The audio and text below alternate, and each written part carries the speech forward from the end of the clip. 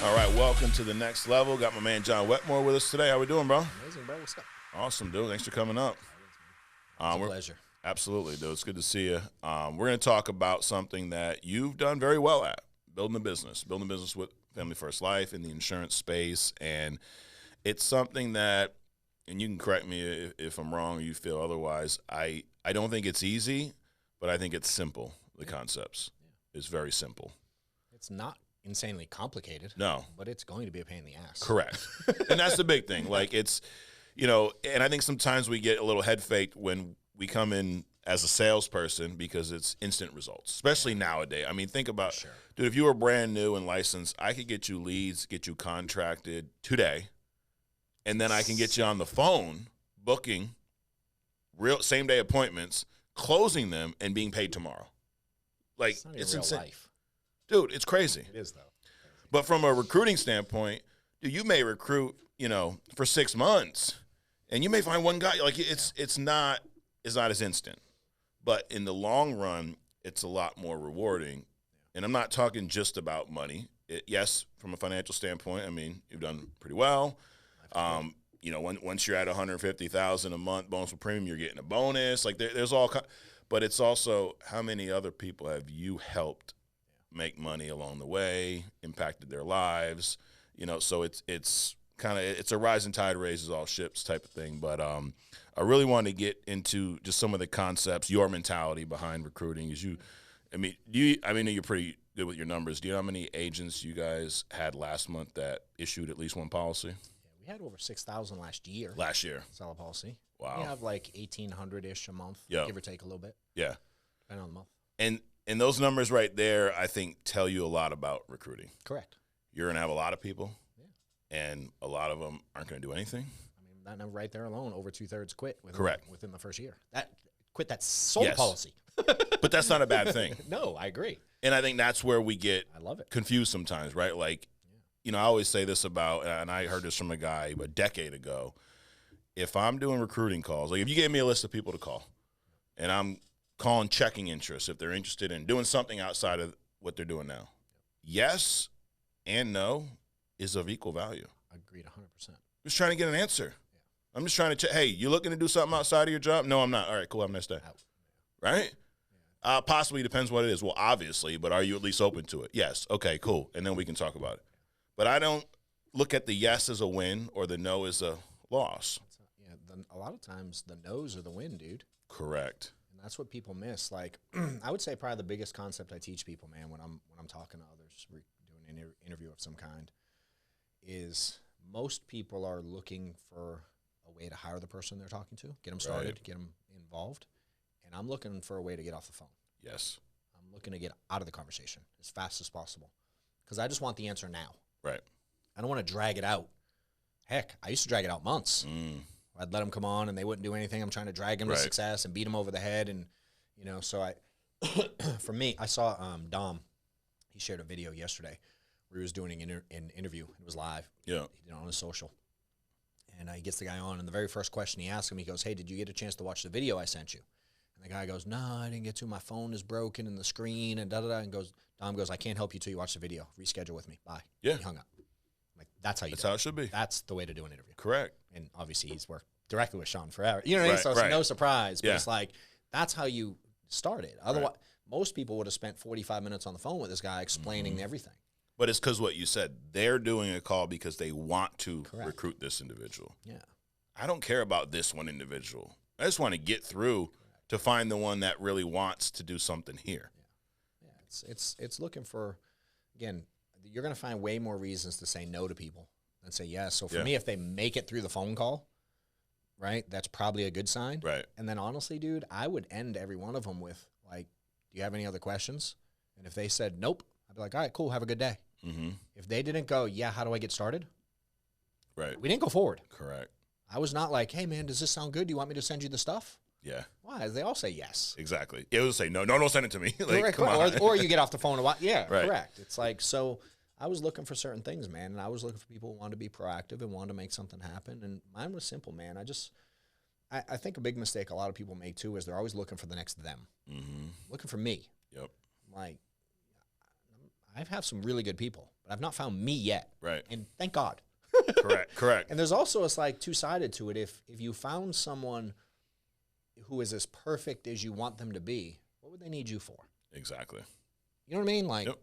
I just saw it's like there's a lot of good in the things people get frustrated by, that people aren't perfect or they need help or they need, you know what I mean? It's like your job is to guide people here too. It's just to find the right people that are willing to be coachable, right, and go through that process of learning and are willing to listen to you. So even if they're not coachable, what's the point? Yeah. Like, and in this business, recruiting the wrong person, working with the wrong person it could really hurt your business. I mean, you've been in this business for over 10 years.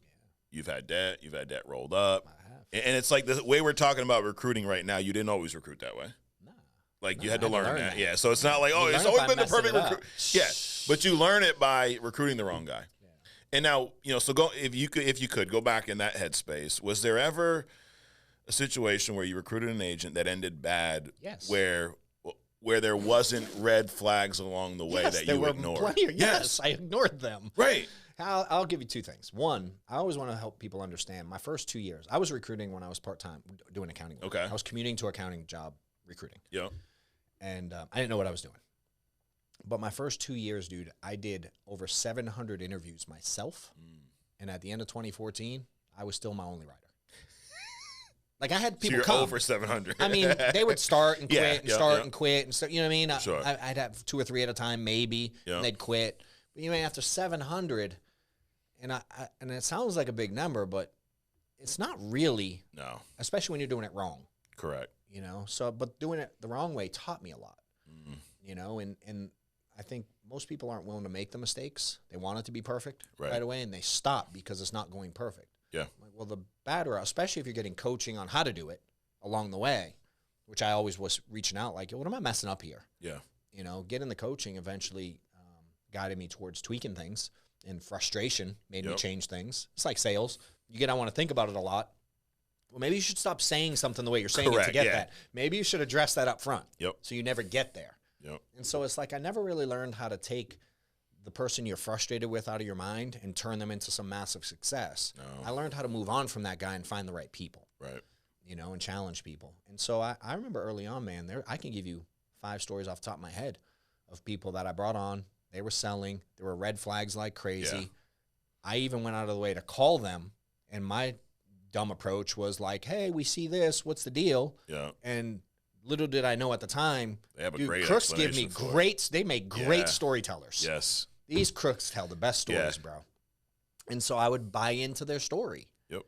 And I'm like, well, they ain't going to go, well, yeah, I threw the lady off the bridge and buried her. Like, that's not how it goes. Right. Like, watch the crime shows. Correct. That's not how they find I was never there. You're like, correct. Dude, you're on camera right there. That's not me. Correct. I was at my mom's house that night. Like, your mom said you weren't there. What are you talking about? Yeah. So it's like, man. So I had to learn how to kind of go with my gut. Yeah. And it sounds weird, but man, I go at it more of like, I don't trust people. So I'm going to do what it takes on my end to pay attention. And if they start doing anything that feels shady in any way, if I don't feel comfortable working with them, dude, I just cut it. Yeah. And I've done that for years, but it took me a lot of debt to learn that. Right. I mean, 6 figures for sure. Yeah. From one guy. And it's happened multiple times. Absolutely. And again, you get this nice story of the church and this happened and my family and my mom and my da-da-da. And I'm like, I couldn't agree more, dude. Everyone, they have a great story. Yeah. Even like the guys literally committing fraud. No, I didn't do that. Yep. It was the client. Like, dude, if 3 carriers said that, they thought you committed, odds are you committed fraud. Yeah. So, what were some, so you mentioned, red flags. Because I look at it like this. It's like, I call it the honeymoon phase, right? It's like when you first get, we talked about it on your True Talk, right? You married, divorced. Yeah. When you're first with someone, you notice the same red flags I'd imagine that led to, like, they were there, but it's like it's a honeymoon phase, right? You can't do nothing wrong right now. Everything's great. Then, like, 2 years later, you're like, man, when she does this, does that. Yeah. But it's the same thing with agents. They come in, the red flags are there. To your point, hey, this client said X, let me call them. And I'll just ignore it. A lot of people don't even call on it. They just ignore it because they see the sales coming in. And then when the debt hits, then it's like, oh, I can't believe this happened. Yeah, but there are all these things along the way that you ignored. So they were there. You just were in this honeymoon phase with this agent because he was new, right? So what are some red flags that like in the past you've ignored that now if this comes up, you're like, nope. Well, one, we have a rule. I have a rule. And I say we because me and Amanda. Yep. She's funny enough. She would be the first one to be like, something don't feel right. And then I'd be like, nah. Yeah. And I'd convince her. And you know how many times she's had to go, told you. Told you, yep. Like, so I learned to just trust her because she would see a lot more of the behind-the-scenes stuff and the onboarding. And we have a rule with the carriers. Like, the carriers don't have to call me to terminate someone. I give them pre-approval. For any agent whatsoever that they feel like is doing something, they don't have to call me to go, should we terminate him? Right. You have my pre-approval. Don't even call me. You can call me and tell me you did it. Yep. You don't have to call and ask. Because if you feel it, I feel it, I'm out. Right. No one agent's worth it. But, dude, you can even go back to along the way seeing people's attitude and the way they treat staff during the onboarding process. Mm-hmm. All the ones that occurred, like, they like, I need it now, I need it now, I need it now. Or they, like, treat people poorly when things don't go the right way. You know what I mean? Like, you see some attitude stuff there. Oh, yeah. I've learned, although crooks tell really good stories, they do really dumb things. Yes. You'll see agents that go from selling nothing to selling 7 of the exact same policy in one day. Right. I saw one recently, dude, and this is just if you watch your business, you see this stuff. Mm-hmm. I saw one recently where they did all, like, very short window, like 8 15-year cash back at the max face amount for like 8 different clients. I'm like, I didn't sell one of those in my career. Right. You sold 8 in 3 days, like at the max. Right. 15-year, like, stop. Mm-hmm. So I call and cut them. I don't even call the agent anymore. I just call and cut it off. Yep. We saw one, so weird, dude. It was at another carrier. Every policy, there were like 15 of them, dude. Every one of them was the same premium. Mm-hmm. $65 a month. Every face amount was different because every age is different. Correct. So they made the premium the same amount on every one. And I'm like, there's 12 of them or 15 of them. Right. And the agent was mad. I'm like, I looked at it for 2 seconds. I'm like, how'd you miss that? Exactly. Oh, you don't look. Yep. You know what I mean? And it's just stuff like that. Again, you certainly have situations where you've had agents where you see something's a requirement's needed and somehow they get it back in 9 seconds. Right. I'm like, yeah, you got this sign? Like, come on. Like, stop it. And to be fair, some of y'all watching are doing the stuff. Cut it out. Yeah. You will get caught eventually, and it's not worth risking your license. Right. That's a huge point. You may be getting by right now. You may get a few snuck in. You may go on a year or two doing it, but you will get caught. You will, man, and it ain't worth it. No. It's not. So it's like, y'all that are doing it, cut it out. Like, there's so much ethical money in this business. It's insane. Right. You don't have to be a crook or do things sideways. And what Killamet always taught me, dude, is like desperate people do desperate things. Yep. And so if you're paying attention and talking to people in your team, when people are in desperate situations and then all of a sudden you start seeing some stuff pop, like, I don't know, you know what I mean? Like they can't pay their rent today and suddenly they write 7 policies tomorrow morning before 10 a.m. Correct. It's like, you know what I mean? It's just, as they say, the math ain't mathing, bro. Correct. So I just think it's really, and even if you go like roll-up debt, like that's not crooked. Right. Dude, to not see that coming is ignorant. Yes. I mean, it takes roll-up months to hit you. Correct. To go like, I was shocked. He rolled $8,000 to me. What? Yeah. Like, you missed the 42 emails from the carrier along exactly. the way? And we email you too. Correct. Like Jasmine, the agent support. So you can't. Yeah. I love that. Like when someone, hey, so and so said this happened, and they never got informed about it. Whoa, hold on. Correct. You're right. I was with you in the first half. It definitely happened. Never been informed. That's bullshit. Yeah. So the biggest thing I see, man, is people just don't pay attention to their business and they just hire people and just pray that it's all going to work out. It's insane to me how many people don't even check their own commission statements, much less other agents. Right. So it's really easy when you're watching every day to find inconsistencies. Yeah. When you don't look at stuff every day, nothing seems inconsistent because it's not outside the norm. Correct. So just paying it. You don't even got to know what you're looking for. If you just watch every day, you'll be like, whoa. Yep. All of a sudden he wrote a $40,000. He ain't never written one in his life. And there's this massive, you know what I mean? You just see weird stuff, dude. To this day, John, and now we're acquired by Integrity, where that happened 5 years ago. Ever since I've been working with Sean in the office, every morning when I get in, I will go into the bank account, wherever the commission is being deposited, and look at what's been deposited. Then I go to the carrier site. Some of them will tell you what you're getting paid the next day. I go look at that. To this day, I still do it. It ain't even our money anymore. Correct. I still do it.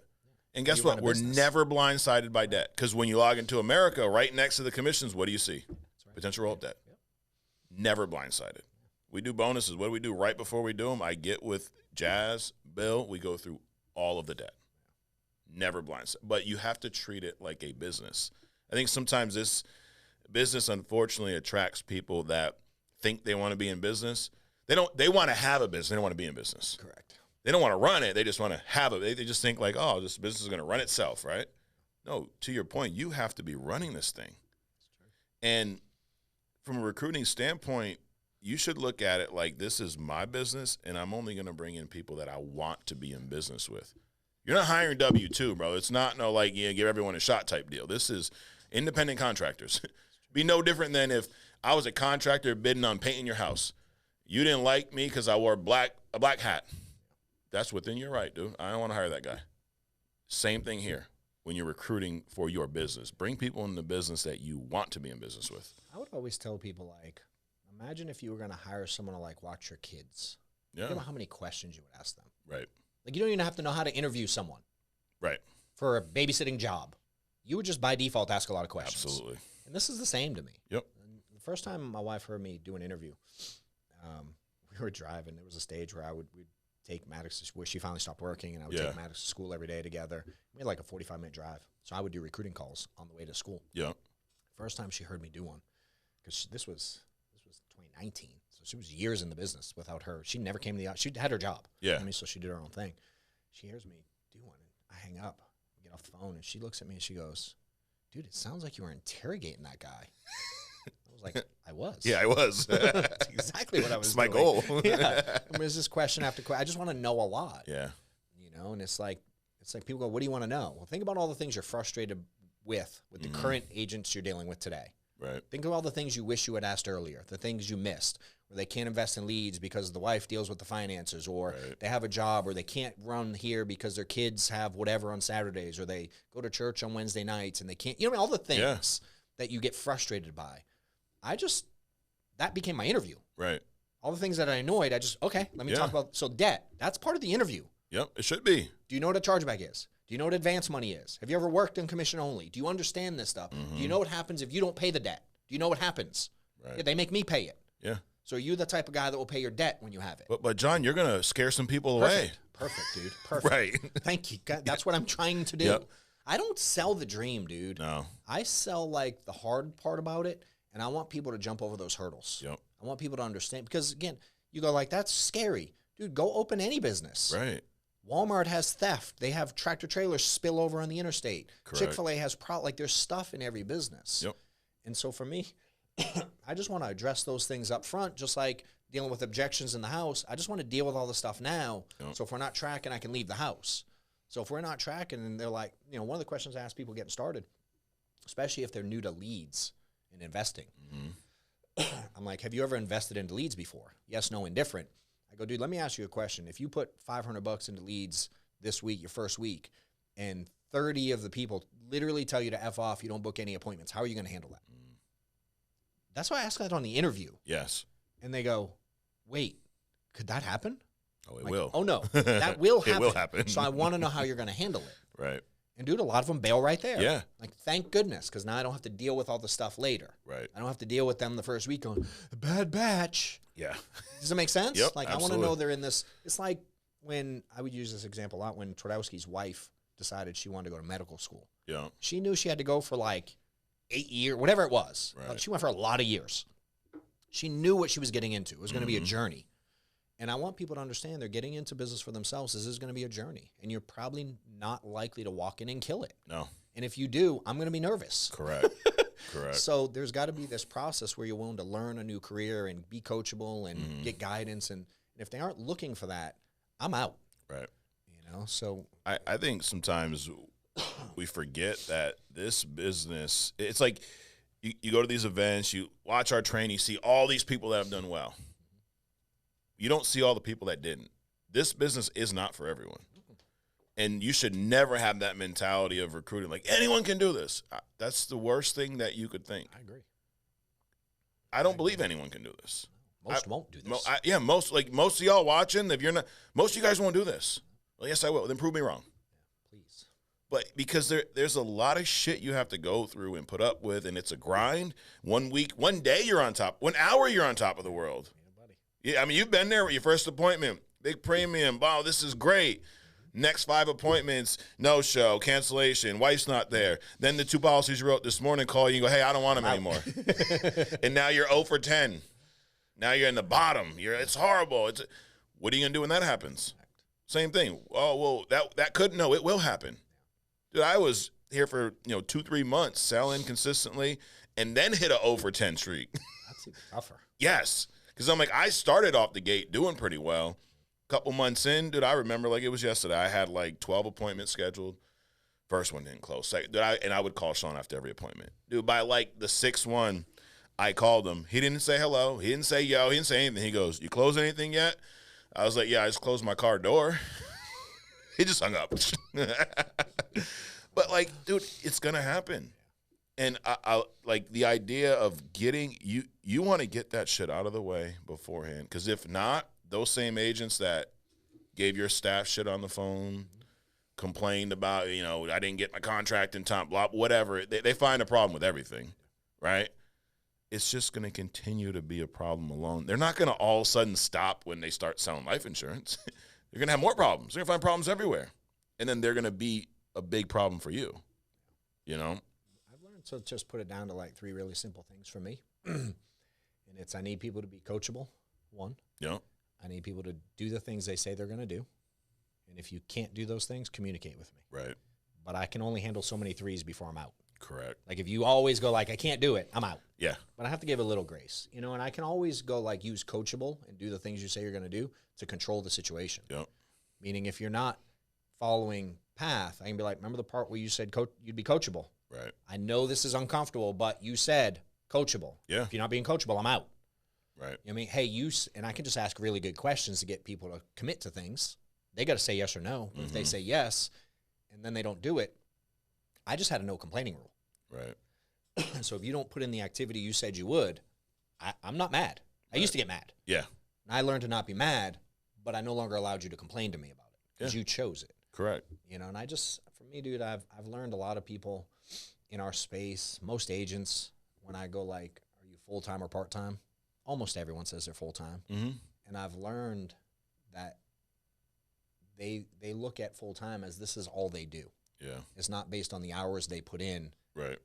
Prospecting and presenting. Mm-hmm. There's no money in anything else. Certainly you can add recruiting if you're into that. Right. But prospecting and recruiting, if you ain't doing 40 hours of those 2 things, prospecting and recruiting, like what are we doing? You're part-time. You're part-time. Yep. Ain't mad. Correct. But you can't complain. Be honest with yourself. It's going to be inconsistent and suck forever. Mm-hmm. If you don't see enough, and for me, it's like, how long is the average presentation? 30 minutes? Right. So if you do 40 of them a week, that's only 20 hours presenting. Yeah. Does that make sense? So yep. Those of you doing 8 a week, you're part-time. Stop complaining. It's going to suck forever.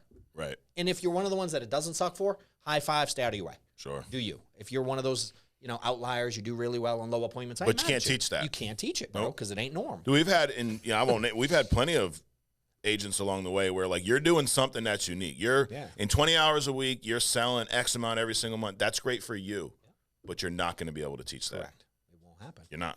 It will not. And so for me, and that's the whole premise of everything when how I figured this thing out was I just figured out a way to do 40 hours talking to people, either trying to book an appointment or presenting at an appointment. Yeah. Or recruiting. Everything else became extra. Right. All the training, all the answering phone calls, all the teaching agents, all that I had to do 40 hours of my job. Right. All the other stuff, y'all watching this don't count. Yeah. Y'all calling the carriers, that don't count. Nope. So for me, I just found a way, man, 40 hours of prospecting and presenting or recruiting. Other than that, man, you're part-time and you can't complain. Correct.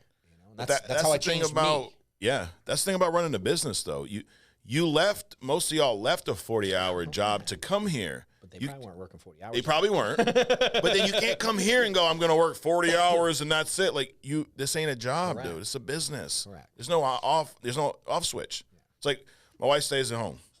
There's no off switch. She don't work 40 hours for the kids, and then, like, the kid's like, hey, I want something to eat. Oh, you know what? I clocked out 2 hours ago. There's no off switch, 100%. But it's the same thing when you're running a business, though. Yeah. You don't like, oh, an agent's calling me. Yeah, but it's, it's 6:15. I clocked out at 4. It works, bro. No. But, dude, it's I think it's a different mentality. It's and I love how you talked about coachability, and accountability. Dude, like, because you're going to make mistakes. And I've taken the same things I've learned about recruiting agents, training agents, and applied it to staff here. You're going to screw stuff up. I never asked anyone. You can ask them all. You're here. Go walk around. Has Mike ever asked you to be perfect? Nope, not once. You screw, so I just want you to own it. Hey, dude, I did mess that up. All right, cool. Let's talk about why, and let's figure out how that doesn't happen again. Outside of that, dude, I'm good. And same like you, I used to get angry. Like, how did you? Now I'm like, all right, that happened. Dude, we've been in here, we've recorded podcasts with no audio. Like, stuff's happened. But when it used to happen, I'd want to bash my head through that glass over there. But now I'm like, hey, shit happens, dude. Why did it happen, though? Mistakes can be very, very valuable. Yeah. Most people are afraid to make them. I think repeated mistakes are stupid. Correct. But mistakes are part of the learning path, man. Yep. And most people are afraid to go out there and make mistakes, not only on the selling side, but the building side, too. Yeah. And I've messed this thing up 27 ways from Sunday, right, teaching agents this thing. Correct. But it's like I had to fine-tune it and work things along the way and find out who I was as a person and a leader and what worked for me, and just find people that fit that mold. Not everybody likes my style, because it is about working more. For me, it's like I don't know how to teach get rich by saying some fancy thing.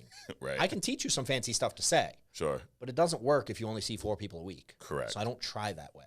Yep. And so for me, it's all about either some level of activity, and I put people in part-time, full-time buckets that I define. Yeah. And I let them know how to get from where they're at now to where they want to go. And I just guide them towards that path. And they have to make a choice whether to be coachable or do the things. Right. And if they don't, again, one, you can't complain. And if you're not coachable, just don't involve me. Right. I will quit you before you quit me. Yeah. And it made it easier to control. I mean, I didn't suddenly get everyone I hired to be an elite producer. Like, that didn't happen. Right. And I had to learn how to work with different types of people. And I learned it is okay if someone just wants to make $50,000 a year and be part-time. That's okay. Yep. I just have to help them understand what it's going to be like, because you're not going to get paid every second day necessarily. You may not get paid every week. Chargeback's going to hit at the time you need to buy leads and go on vacation.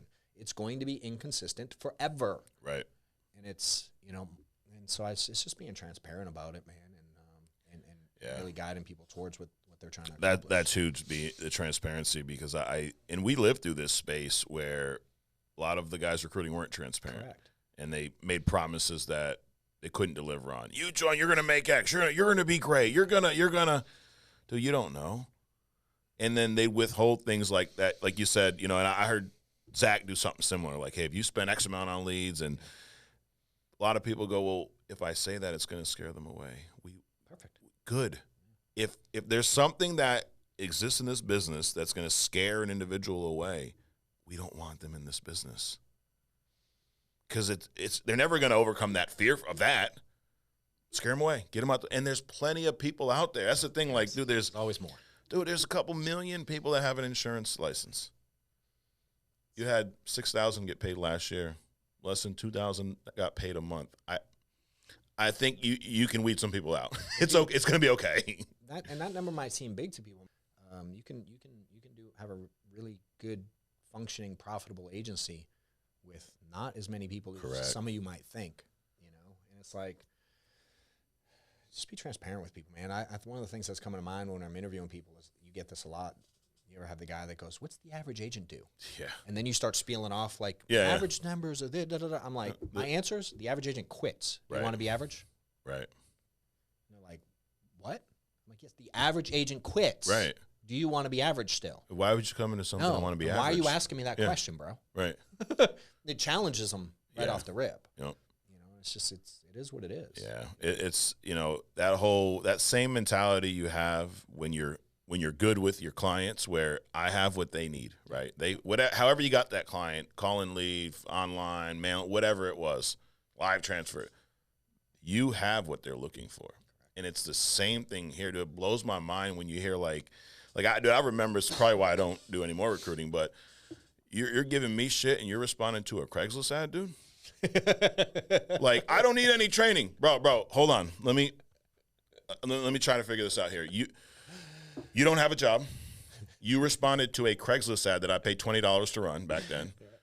And you're telling me that you're going to come in and kill this and you don't need any training and you don't need to listen to me. Yeah, it's not going to work, dude. Well, why not? You're responding to my Craigslist ad. Let's just put this into perspective. You don't have any leverage here. But, it's funny, but there's people, they answer every question, right? Oh, well, hold on. Let me get the average agent stat for you. Dude, I've had people reach out, hey, I'm recruiting this guy, and he really wants to see the renewal percentage on a chart. And if he sees that, he'll join us. I go, dude, just don't recruit him. Yeah, I'm out. Well, can you send it to me? No, I'm actually, could I? Yes. Am I going to? No. I'm actually saving you from this agent. Yeah. And that's where people don't see that Yeah. stuff. It's like, man, the red flag. Right. Crazy. But anyway, dude, appreciate you coming up. Appreciate you sharing all this. And it's like, dude, does it work? Yeah. I mean, we're talking about a guy whose company did over $200 million last year, and we'll eclipse that again this year. So I appreciate everything you do, everything you have done for this company. And hey, where can you see John Wetmore next? Go to annual convention. You can. I'll be there. You'll be there. I'll be at convention. I do all kinds of training stuff on social. You can go to the website, John Wetmore. Yeah, what's your social?